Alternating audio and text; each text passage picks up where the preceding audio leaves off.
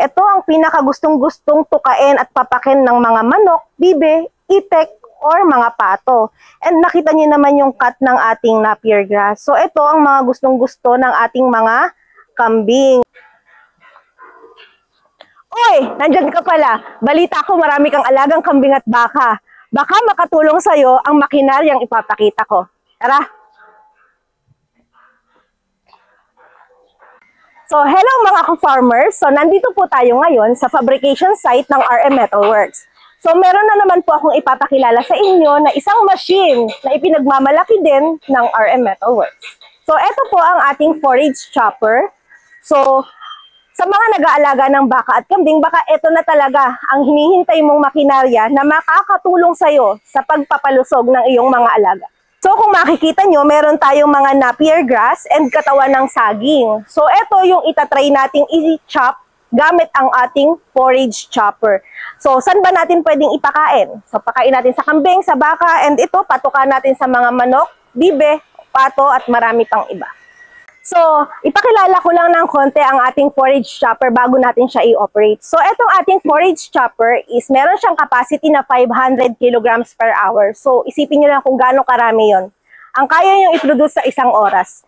Tapos, ito po is dual frame na siya, which is pwede mo siyang lagyan ng engine, pwede mo rin siyang lagyan ng electric. So, ang kagandahan sa kanya, kung dadalhin mo siya sa gitnang bukid or wala tayong source ng kuryente, so pwede natin siyang lagyan ng engine. And kung nasa tabing bahay lang naman ang ating farm, so pwede rin natin siyang lagyan ng electric motor.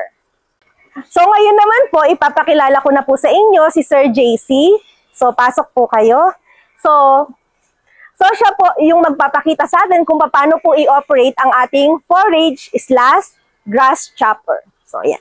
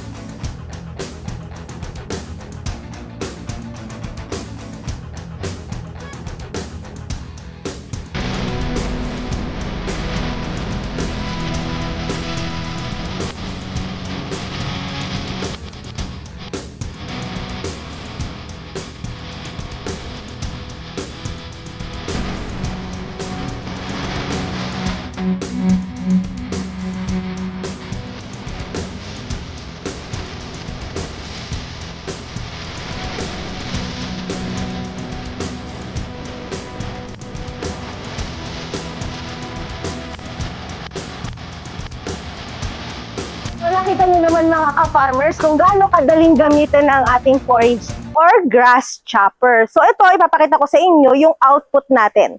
So nakita niyo naman yung katawan ng saging. Ito ang pinakagustong-gustong tukain at papakin ng mga manok, bibe, itik, or mga pato.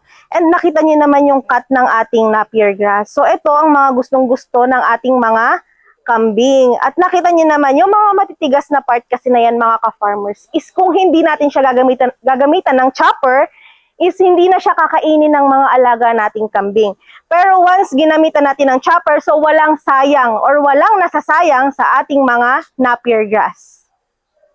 At para naman sa mga ka-farmers natin na nagtatanong kung magkano nga ba ang presyo ng ating forage grass chopper, ipa-flash ko siya sa ating screen in 3, 2, 1... Kaya huwag ka nang magdalawang isip pa kung gusto mong makapagsimula ng negosyo, dito ka na sa RM Metalworks dahil garantisadong matibay at siguradong gawang Pinoy.